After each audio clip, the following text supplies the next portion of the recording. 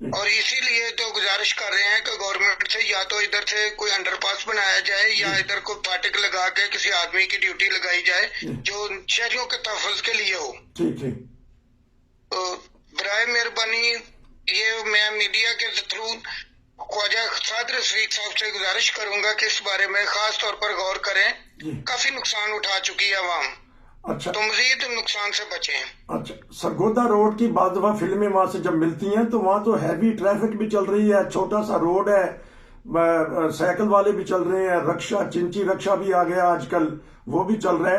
تو سرگودا روڈ کی بھی تو حالت خستہ ہے نا, خاص طور پہ امبیسی بورڈ سے لے کے یا جو احمد نگر کا پل ہے وہاں تک کو سڑک تو بالکل چھوٹی سی ہے.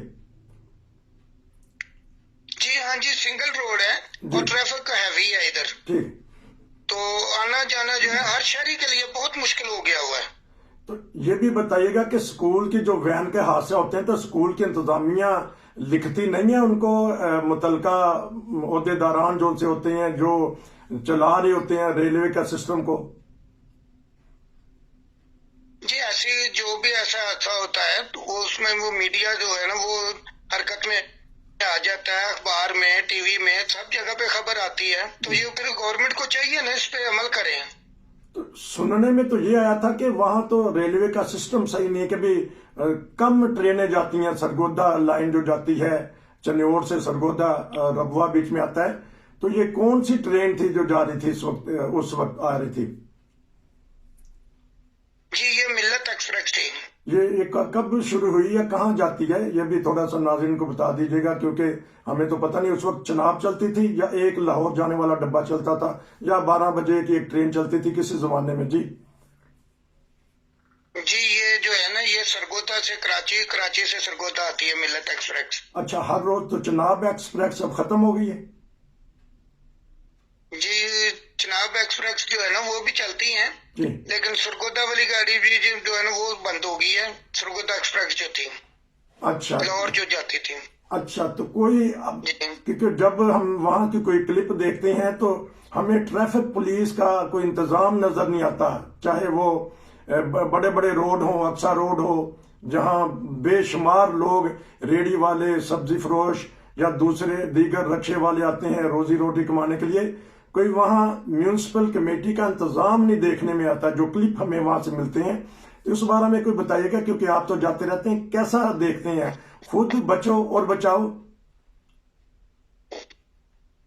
جی رش تو ہے نا, روڈ چھوٹے ہیں, رش زیادہ ہے, ریڑیاں والے بھی آتے ہیں. اب غریب آدمی ہے, روزی کمانے کے لیے وہ تو نکلیں گے, روڈ کے اوپر ہی ریڑیاں کھڑی کرتے ہیں, اس لیے وہ ٹریفک کا نظام بھی جو ہے وہ ترم برم ہو جاتا ہے. تو یہ اب یہ بھی تو اس بارے میں بھی گورنمنٹ کرے.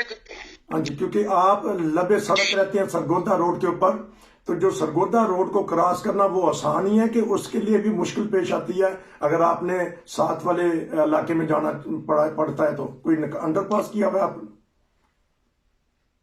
جی بہت مشکل ہے ادھر جو ہے نا وہ انڈر پاس بنانا بہت ضروری ہے.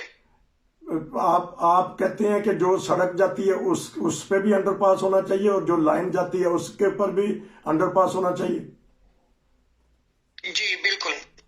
تو اور کیا دیکھتے ہیں کہ کیسا وہاں ہے, ان حادثوں سے کس طرح اور رکا جا سکتا ہے؟ ایک تو غفلت ہو گئی انتظامیہ کی, تو اور کس طرح ان جو اندھوناک حادثات ہوتے ہیں ان سے بچا جا سکتا ہے, یہ بتائیے گا. پروگرام کا مقصد یہی ہے کہ ہم نے اویئرنیس پیدا کرنی ہے کہ کس طرح اور بچا جائے. دیکھیں ایک تو یہ جو روڈ ہے نا یہ 1 وے ہونا چاہیے. اچھا. اور اس میں انڈر پاس ہونا چاہیے یا پھر پھاٹک کا کوئی رینج ہونا چاہیے. اس سے کافی حادثات میں تو بچت ہوگی. تو اب آپ نے خبر دی تھی جب اسد عمر یہاں سے گزر رہے تھے, وہاں سے بہت سارے جو ہمارے ممبر ہیں پنجاب اسمبلی کے, وہ اسمبلی میں بولتے بھی ہیں اور نام لے کے کہتے ہیں کہ ربوا میں جو سرگودا روڈ ہے وہ اس کی جو حالت بہت بری ہے. تو کہتے ہیں کہ پرویز الہی نے گجرات ڈویژن میں اربوں روپے خرچ کر دیے, تو یہ جو ضلع چنیوٹ ہے اس کے ارد گرد کے دیہات یا ساتھ ساتھ کی جو آبادیاں ہیں وہاں توجہ نہیں دے رہی حکومت پنجاب.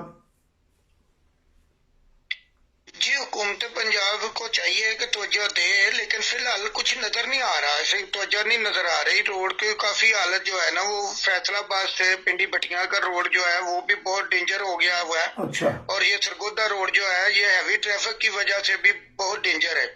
اس پر خاص غور کرنا چاہیے، میری تو یہی گزارش ہے حکومت پاکستان سے، تو اس کے بارے میں خاص طور پہ دیکھا جائے۔ یہ روز کا معمول بن گیا حادثہ، کوئی دن ایسا خالی نہیں جاتا جس دن 1 2 3 واقعہ نہ ہوں۔ اوہو، حالانکہ یہ چھوٹا سا علاقہ ہے، بہت پیاری بستی ہے، یہاں بھی حادثات ہو رہے ہیں۔ حکومت پنجاب کو، انتظامیہ کو چاہیے کہ جس طرح وہ اپنے بڑے بڑے علاقوں میں سے جہاں سے وہ جیت کے آتے ہیں وہاں لاکھوں کروڑوں اربوں روپیہ لگا رہے ہیں، اس علاقے میں، کیونکہ یہ سرخیز علاقہ ہے، زرعی علاقہ ہے، اس کے ارد گرد بہت ساری فصلیں ہوتی ہیں، اس علاقے کے اوپر بھی توجہ دینی چاہیے، کیونکہ خطرناک قسم کے حادثات ہوتے ہیں، اور وہ حادثات جو ہیں وہ نہ صرف اس فیملی کے لیے بلکہ پورے علاقہ کے لیے، پورے شہر کے لیے نقصان دہ ہوتے ہیں، جس سے پوری دنیا میں غم بھی پھیل آ جاتا ہے۔ کیونکہ کل سے ہم بھی بڑا غم زدہ ہیں ایسے حادثات سن کے۔ ہم والدین سے بھی کہیں گے اور لواحقین سے بھی کہیں گے، جہاں جو بھی وہاں رہتے ہیں جن کے ساتھ یہ حادثات ہوتے ہیں، احتیاط کیجیے۔ احتیاط بھی ایک بہت بڑا جو ان سے ہتھیار ہوتا ہے، احتیاط کریں گے تو ہم حادثات سے بچیں گے۔ حکومت کو بھی ہم توجہ دلا رہے ہیں کہ اس طرف توجہ دی جائے۔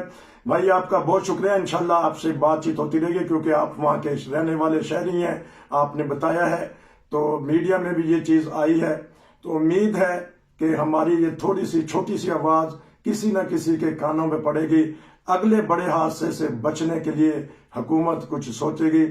یہ تھا ناظرین آج کا پروگرام۔ احتیاط کے ساتھ زندگی گزاریں، خود بھی جئیں، دوسروں کو بھی بچائیں۔ نصیر کو اجازت دیجیے، السلام علیکم۔